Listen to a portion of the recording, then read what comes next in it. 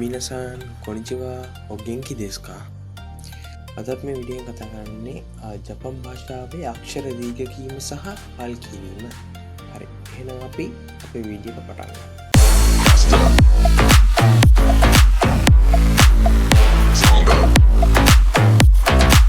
හරි අපි මුලින්ම හිරකන හෝඩිය සහ කතකන හෝඩිය කියලා අපි කොටස් දෙකකට වෙන් කරලා තියෙනවා. ඒ යටතේ අපි වෙන් කරලා තියෙනවා ස්වරාක්ෂර දීර්ඝ කීම සහ ව්‍යංජන අක්ෂර දීර්ඝ කීම කියලා හෝඩි දෙකටම අදාළ. හරි අපි මුලින්ම බලමු ස්වරාක්ෂර කියන්නේ මොනවද ව්‍යංජන අක්ෂර කියන්නේ මොනවද කියලා. ඔයාලට මේ ස්ලයිඩ් එකෙන් බලා ගන්න බෑ හිරකන හෝඩියේ ස්වරාක්ෂර ටික සහ ව්‍යංජන අක්ෂර ටික මම වෙනම කොටස් දෙකකට වෙන් කරලා තියෙනවා. හිරකන හෝඩියේ ස්වරාක්ෂර ටික රතු පාටිලු හිරකන හෝඩියේ ව්‍යංජන අක්ෂර ටික නිල් පාටිලු විතර කොටස් දෙකකට වෙන් කරලා තියෙනවා. ඔයාලට හොයාගන්න පහසු වෙන්න මම හිතන්නේ අපහැදිලි නැතුව ඇති කියලා ස්වර සහ ව්‍යංජන අක්ෂර ටික වෙන් කරලා හඳුනා ගන්න පුළුවන් දැන් ඔයාලට මේක දෙකකට පස්සේ. හරි ඊට පස්සේ බලමු හිරකන හෝඩියේ ස්වරාක්ෂර දීර්ඝකරණ කොහොමද කියලා. හරි ඔයාලට බලා ගන්න පුළුවන් වම් මත පැත්තෙන් තියෙනවා හිරකන හෝඩියේ ස්වරාක්ෂර ටික ලියලා ආ ඊ ඌ ඒ ඕ. ඒ වගේම මේ ස්වරාක්ෂර ටික දීර්ඝ කරලා අපි ඊළඟ අනිත් පැත්තෙන් මේ ස්වරාක්ෂර ටික දීර්ඝ කරලා මේ පැත්තෙන් ලියලා තියෙනවා ආ අකුරු දෙකක්. ඌ අකුරු දෙකක් ඊ අකුරු දෙකක්. හරි අපි බලමු කොහොමද ඒක හැදෙන්නේ කියලා. දැන් සාමාන්‍යයෙන් අපි කියන්නේ ආ කියන්නේ ඇදෙන්නේ නැහැනේ. එතකොට අපි සාමාන්‍යයෙන් හිරකන හෝඩියේ තියෙන අක්කම තමයි පාවිච්චි කරන්නේ. එතකොට අපි ආ කරගන්න ආයන්න හිරකන හෝඩියේ නැහැ. ඒ නිසා අපි කරන්නේ මේක ස්වරාක්ෂර වල විතරයි. එයා මේක විශේෂයෙන්ම මතක තියාගන්න හිරකන හෝඩියේ ස්වරාක්ෂර විතරයි මේ ක්‍රමය පාවිච්චි කරන්නේ. එතකොට ස්වරාක්ෂර දීර්ඝ කරද්දී හිරකන හෝඩියේ ස්වරාක්ෂර දීර්ඝ කරද්දී ඒ ස්වරාක්ෂරයෙන්ම අපි නැවත පාරක් ලියනවා. ඒ කියන්නේ ආ කරගන්න ඕන. ඒ කියන්නේ ආයන්න ඇදෙන්න ඕන. අපි තව අකුරක් එතනට එකතු කරනවා. එතකොට ආ වෙනවා. බලන්න ඊළඟට ඊ අකුර. දැන් සාමාන්‍යයෙන් අපි ලියන ඊ අකුර තනි ඊ අකුර.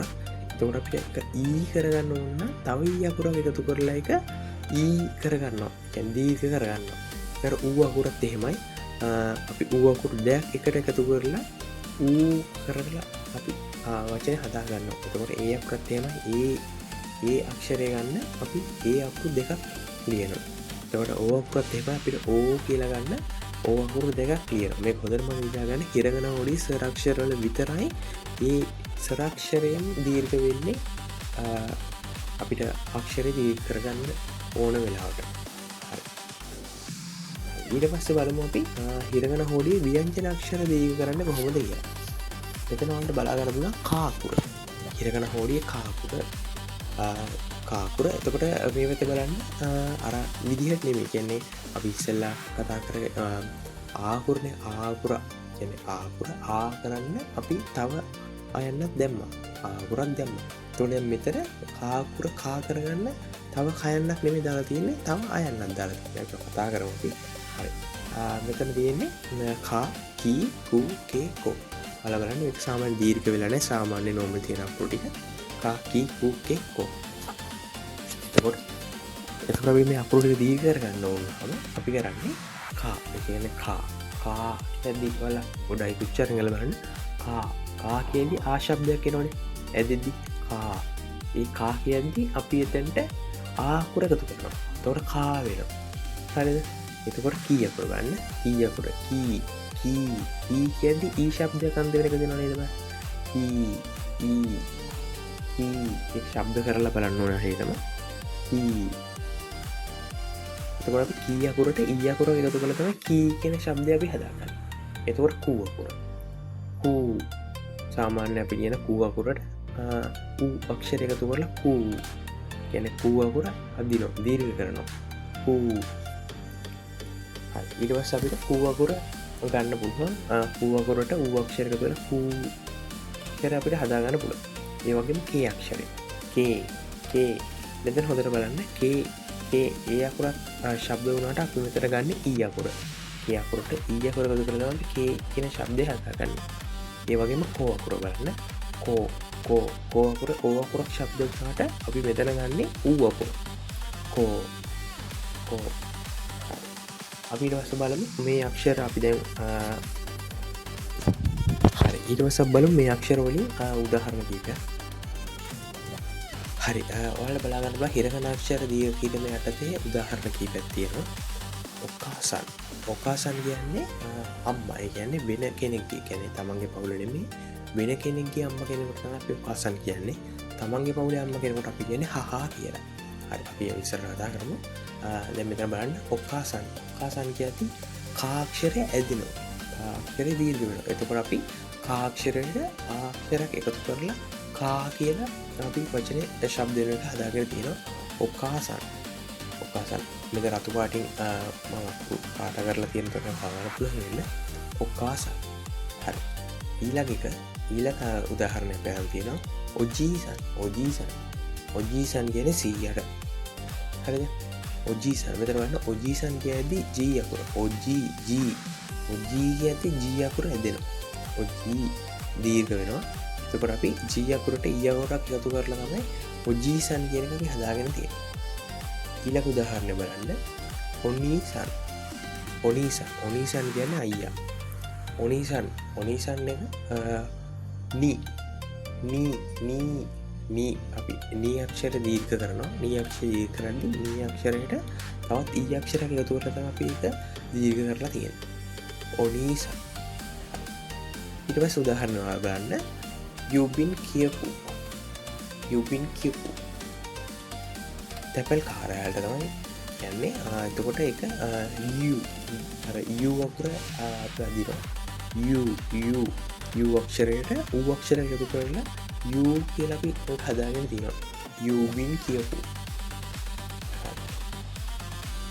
ඊට පස්සේ අපේ හිරකන හෝඩිය අපිට බලා ගන්න පුළුවන් එකම හල් අකුර හල් නයන්න. මෙතික බලාගන්න පුළුවන්. ඒ වගේම සමහර තැන්වලදී අල් අයන්න වගේම ඒ අක්ෂරයට අල් මයන්න විදිහට ශබ්දයන අවස්ථාවක් තියෙනවා. ඒකට උදාහරණයක් විදිහට කිව්වොත් කොම්බන්ව නෙමෙයි කියන්නේ කොම්බන්ව. එතකොට අපි යූස් කරන්නේ අල් අයන්න. හැබැයි ශබ්ද වෙන්නේ කොන්බන්ව. අල් මයන්න තමයි මෙතන ශබ්ද එන්නේ. ඒ වගේ තැන් තියෙනවා කීපයක්. අපි ඉස්සරහට කන්ඩියු කරන්න ඇදයක් බලමු. දැනට වලට අල් නයන්නෙන් උදාහරණ 3ක් මම දාලා තියෙනවා. රිංගෝ කියන්නේ ඇපල්වලට. එතකොට හොන් කියන්නේ පොත. පොතට තමයි හොන් කියන්නේ. එතකොට දෙන්ෂා කියන්නේ දුම්රියට. ඔයාලා බලන්න මෙතන අල් නයන්නේ ඇදලා තියෙනවා. මම ඒක කලර් කරලා තියෙනවා මෙතනින්. ඔයාලට හොයාගන්න පුළුවන් රිංගෝ හොන් දෙන්ෂා. හරි. වලට මේක පැහැදිලි නැතුව ඇති කියලා මම හිතනවා. ඊට පස්සේ දැන් සාමාන්‍යයෙන් අපිට හිරකන හොඩියේ තියෙන්නේ අල් නයන්න විතරනේ හල් කිරීමකට හිරකන හොඩියේ තියෙන්නේ හල් අකුරකට අල් නයන්න විතරයි. එතකොට අපි වචන හදද්දී කියන්නේ වචන අපි ලියද්දී අපිට හල් අකුරු යෙදෙන තැන් තියෙනවනේ. අන්න ඒවා හදාගන්න හැටි තමයි දැන් අපිට කතා කරන්න යන්නේ. අපි ඒකට ඉත්සු පාවිච්චි කරනවා. ඔයාලා මේක දන්නවා. ඉත්සු අකුරු පාඩම් කරද්දී මේ අකුරු හොඳටම ලියලා පුරුදු වුණා. ඉත්සු. හරිද? දැන් උදාහරණයක් විදිහට ගක්කෝ කියද්දී අල් කයන්නක් ශබ්ද වෙනවා. දැන් හිරකන හොඩි අල් කයන්නක් නැහැ. එතකොට අපි කරන්නේ අල් කයන්න අපි හදාගන්න ඕනේ ඉත්සු දාලා. ඒක කොහොමද කරන්නේ කියලා බලමු. ඔයාලා මෙතන තියෙනවා ගක්කෝ කියලා ලියලා. ගක්කෝ. හරි. එතකොට මේ තියෙන්නේ කයන්නට තෙන් දාලා ගය අක්ෂරය අපි හදාගෙන තියෙනවා. එතකොට ඉත්සු දාලා කෝ අකුර තියෙනවා. එතකොට ඒක ශබ්ද වෙන්නේ මෙතන තියෙනවනේ අන්තිම අකුර තියෙනවනේ. අපි ඉත්සු දාන එකට පස්සේ අකුර. එතකොට ඒ අක්ෂරේ බලන මොන පේලියද කියලා. සාමාන්‍යයෙන් අපි සාපේලිය, කාපේලිය, තාපේලිය, නාපේලිය ඔහොම අපිට අපි වෙන් කරලා තියෙනවනේ. අන්න එතකොට මේක බලනවා මොන පේලියද කියලා. එතකොට මේක කෝ කියන්නේ කාපේලිය. කාපේලියේ අපි බලනවා අල් හල් අකුර. කියන්නේ කාපේලිය උක් කියන අදහසනේ. කියන්නේ කාන උක්. එතකොට මෙතන සෝ හරි සේ හරි තිබ්බොත් එතකොට ඒක සාපේලියනේ. එතකොට උස් අකුර තමයි අපි එතනින් ශබ්ද කරන්නේ. දැන් මෙතන තියෙන්නේ කෝ අකුර. කෝ අකුරට අපි හල් කීලිම ගත්තොත් උක් අකුර. එතකොට මෙතන ගක්කෝ කියලා අපි ශබ්ද කරන්නේ. හැමතිස්සෙම ඉත්සු අකුරට පස්සේ අකුර බලන්න. ඒක බලලා ඒකේ හල් කිරීම තමයි මෙතැන්ට පාවිච්චි කරන්නේ. ඔයාලට මේක කරගෙන යද්දී ඔයාලා මේක කරගෙන යද්දී ඒකට හුරු වෙනවා. ඊට පස්සේ ඔය පැටලෙන සහගත පැටලෙන තැන් ඊට පස්සේ පැටලෙන තැන් ඔක්කොම හරියනවා. මුල් ටිකේ හරියට මේක හොඳට අවධානයෙන් අහගෙන ඒ ටික හරියට නෝට් ඩවුන් කරගෙන ඒ වචන ටික බලා ගන්න. එතකොට ඔක නිකම්ම හුරු වෙනවා. හරි. ඊළඟ උදාහරණ බලමු. ගක්කෝ කියන්නේ පාසල. හරි. කිත්ත කියන්නේ මුද්දරේ. මුද්දර වලට තමයි කිත්ත කියන්නේ. විතරක් බලන්න කී අක්ෂරයට පස්සේ විත්සු අක්ෂරයට දාලා තියෙනවා. ඊට පස්සේ තේ. එතකොට තේ තියෙන්නේ තාපේලිය. තාපේලිය උත් යන අදහස තමයි එන්නේ. කියන්නේ උත් හල් කිරීම උත් එන්නේ. එතකොට මේ උත්සව පුරා මේ ශබ්ද කරන්නේ උත් කියන අදහස. හරි. එතකොට ඒ වචනේ සම්පූර්ණම කිත්තේ කියලා කියනවා. හරි. ඔයාලට දැන් මේක පැහැදිලි ඇති කියලා මම හිතනවා. ඊට පස්සේ තියෙන්නේ චොත්තෝ කියන්නේ පොඩ්ඩක්. චොත්තෝ කියන එකෙත් බලන්න චෝ මේ බෙදිය අකුරක් තියෙන්නේ. චාකුරට යෝ අකුර චූටියට දාලා බෙදිය අකුර. චොත්තෝ තෝ අකුර කියන්නේ තාපේලිය එකක් තමයි. එතකොට උත් යන අදහස. එතකොට චොත්තෝ කියන තමයි ඒක ශබ්ද වෙන්නේ. එතකොට චොත්තෝ කියන්නේ පොඩ්ඩක් කියන අදහස. හරි. එතකොට කිප්පු කියන්නේ ටිකට්ස් වලට. එතකොට කිප්පු ෆූ මේ තියෙන්නේ ෆූ අකුර මරු දාලා ෆූ අකුර පූ අකුර විදිහට හදලා තියෙනවා. පූ අකුරේ උප්පයන අදහස හල් කිරීම ඉන්නේ. එතකොට කිප්පු. ඔයාලට දැන් හොඳට පැහැදිලි ඇති ඉත්සු අකුර කොහොමද අපි කියන්නේ ජපන් භාෂාවේ ජපන් හෝඩියේ හල් අකුරක් හදාගන්නේ කොහොමද කියලා වලට හොඳටම පැහැදිලි ඇති ඉත්සු අකුර භාවිතා කරලා. හරි. දැන් තියෙන්නේ කතගන හෝඩිය.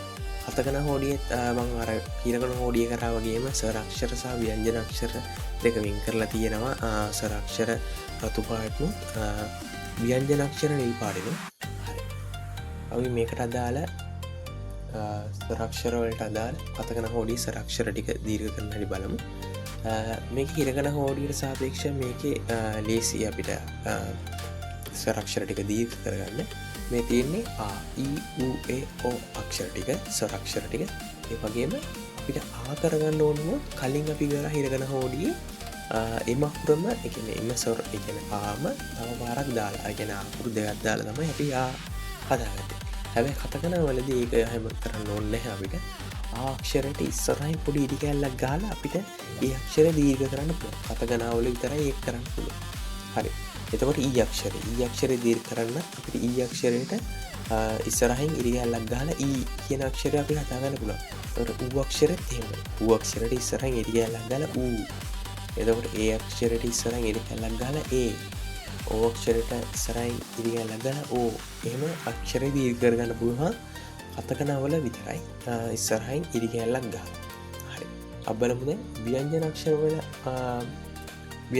අක්ෂර වල අක්ෂර දීර්ඝ කරන්න කොහොමද කියලා. මේ තියෙන්නේ කතගන හෝඩියේ කා කී කූ කේ කෝ අක්ෂර ටික. එතකොට අපි කා අකුර හදාගන්නේ මෙතන අපි ආක්ෂරයක එකතු කරන්නේ නැහැ කා කරගන්න. මෙතන අපි ආයමත් කරන්නේ කතගන හෝඩියේ ඉස්සරහට කියන්නේ දීර්ඝ කරන්න ඕන අක්ෂරයට ඉස්සරහින් ඉරි කැල්ලක් ගහන එක. ඔයාලා පැහැදිලි ඇති හොඳටම කතගන සහ හිරගන අතර මේ දෙක අක්ෂර දීර්ඝ කරන එකේ වෙනස. හරි. මෙතන කාක්ෂර ඉස්සරහින් ඒ කැල්ලක් ගහලා කා කරලා තියෙනවා. එතකොට කී අක්ෂරයට ඉස්සරහින් ඉරි කැල්ලක් ගහලා කී කියලා අපි අක්ෂරය හදාගෙන තියෙනවා. ඒ වගේම කූ අක්ෂරයට ඉරි කැල්ලක් ගහලා කූ කියලා අපි හදාගෙන තියෙනවා. එතකොට කී අක්ෂරෙත් එහෙමයි කී ඉරි කැල්ලක් ගහලා කී අක්ෂරය හදාගෙන තියෙනවා. කෝ අක්ෂරෙත් හැමමයි කෝ අක්ෂරය ලියලා ඉස්සරහින් ඉරි කැල්ලක් ගහලා කෝ කියලා අපි හදාගෙන තියෙනවා. හරි. අපි බලමු මේ අපි බලපු අකුරු වලින් උදාහරණ ටිකක්. හරි. කතගන හෝඩිය අක්ෂර දීර්ඝ කිරීම සම්බන්ධ උදාහරණ ටික. හරි.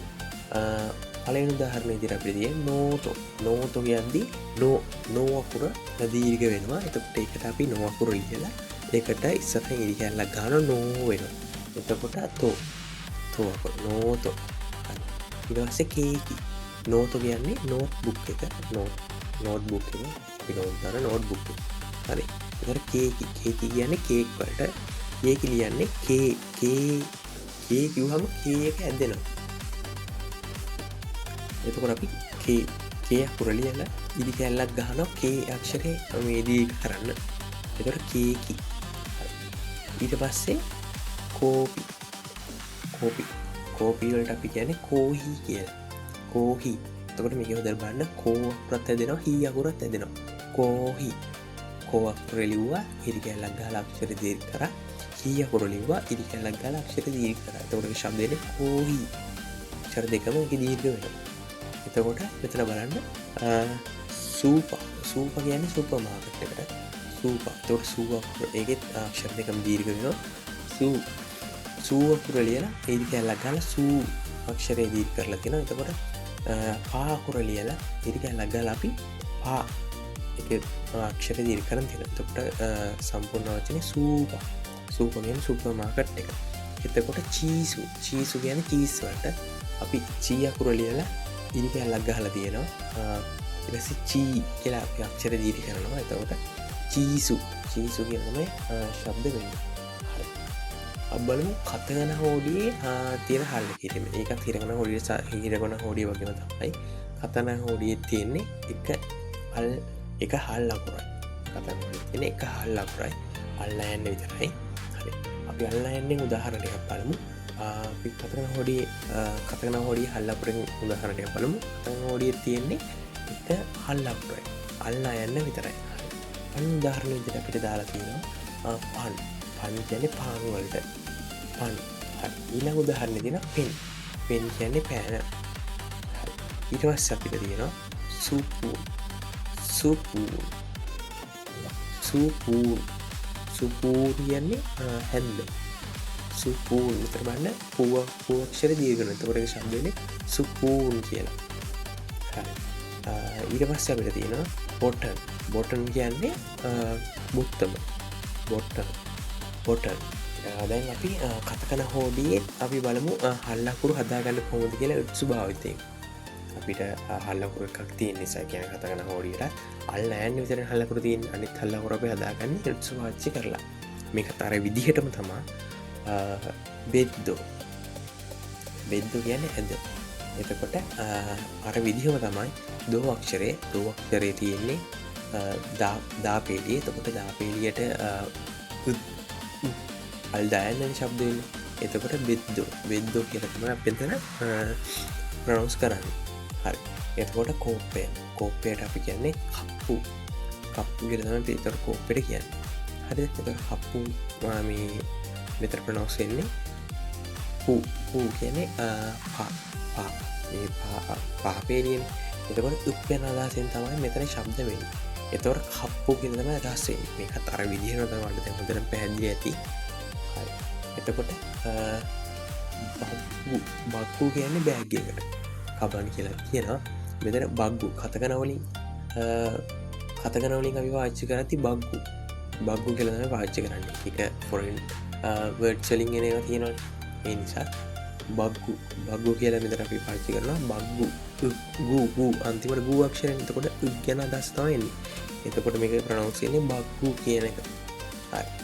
ඊට පස්සේ අගුලට අපි කියන්නේ රොක්කු කියලා තමයි කියන්නේ අගුලට. එතකොට මෙතන කෝ අක්ෂර තමයි අන්තිමට තියෙන්නේ. එතකොට කාපේලිය එන්නේ. එතකොට උච්චන අදහස තමයි අපි මෙතන හල් කිරීම විදිහට ගන්න උත්සුක. එතකොට රොක්කු කියන මෙතන ප්‍රොනවුන්ස් වෙන්නේ. හරි. පැහැදිලි වෙන්නේ නැති කියලා මම හිතනවා. මොන හරි ප්‍රශ්න තියෙනවනම් කලයක් කමෙන්ට් සෙක්ෂන් එකේ කමෙන්ට් එකක් හෝ මොන හරි ප්‍රශ්න තියෙනවනම් නැවත වීඩියෝ එක ආයෙ පාරක් බලලා හරි එහෙම අමාරු විදියක් තියෙනවනම් අනිවාර්යෙන් කමෙන්ට් එකක් දාන්න. අනිවාර්යෙන් රිප්ලයි එකක් දානවා. මේක අනිවාර්යෙන් හොඳට බලා ගන්න. මේක හැමතැනම වගේ යූස් වෙන එකක්. හරි. අපි අද මේ වීඩියෝ කරනවා උසුකාරී සමදිස්ථා සයෝනරා